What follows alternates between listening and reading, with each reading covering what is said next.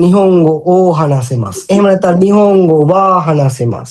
මේක භාවිතා කරන්න පුළුවන්. බකර කියන එක භාවිතා කරන්න පුළුවන්. තා ෆෝම් එක විතරයි.違うんですよ.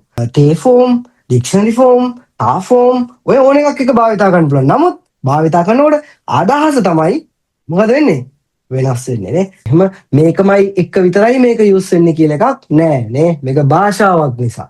ඒ වගේම අනිත් එක කනෝකේ නේ. උදාහරණයක් විදිහට හනසිමස්නේ. හනසිමස් කියන්නේ කතා කරනවා. සෝදානේ. එහෙනම් මේක කනෝකේ වෙනකොට 話せます。 හනසිමස්නේ. හනසිමස් එක්කලා අපි භාවිතා කරන්නේ මොකද්ද?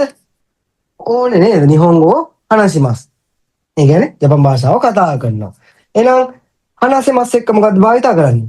කනෝකේ එක්කලා が සෝදානේ.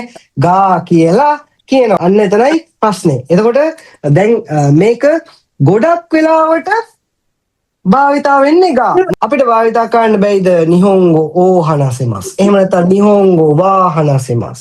එක්කලා උනත් මේක භාවිතා කරන්න පුළුවන්. ඉතින් අපි ඉගෙන ගන්නකොට ගොඩක් ඉගෙන ගන්න කනෝකේ ඉඳන් ගා දෙසෝනේ.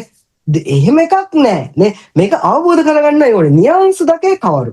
ගා හනසෙමස් කියලා කිව්වම ඒ කතා කරන්න පුළුවන් කියන එක පොඩ්ඩක් විශේෂ කරලා පෙන්නනවා නේ. නිහොංගෝ ගා හනසෙමස්. මට ජපනීස් ලැන්ග්වේජ් එක කතා කරන්න පුළුවන් කියන අදහස නේ. ඒ කියන්නේ ඒක මට කතා කරන්න පුළුවන් කියන අදහස. එතකොට නිහොංගෝ වා හනසෙමස් කියලා කිව්වහම හොකනෝ ගෙන්ගෝ වා හනසෙනයි කෙදෝ නිහොංගෝ වා දායිජෝබු කියන අදහස. ඒ කියන්නේ වෙන භාෂා මට කතා කරන්න බෑ. හැබැයි ජපන් භාෂාව කතා කරන්න පුළුවන්. අන්න ඒක විතරක් පුළුවන් කියනකොට නිහොංගෝ වා හනසෙමස්.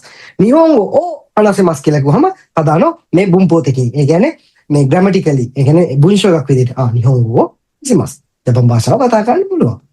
පැහැදිලිද? අන්න ඒ ආකාරයට. එහෙනම් මේ හැම වෙලාවෙම ගොඩක් කට්ටිය මේක පාඩම් කරන්නේ මේ verb එක මේ verb එක නම් මේ නිපාතේ. එහෙම එකක් නෑ නේ. සොනෝ මිසුවෝ නොමනයිද කිව්වහම වතුර බොන ක්‍රියාව කරන්න එපා.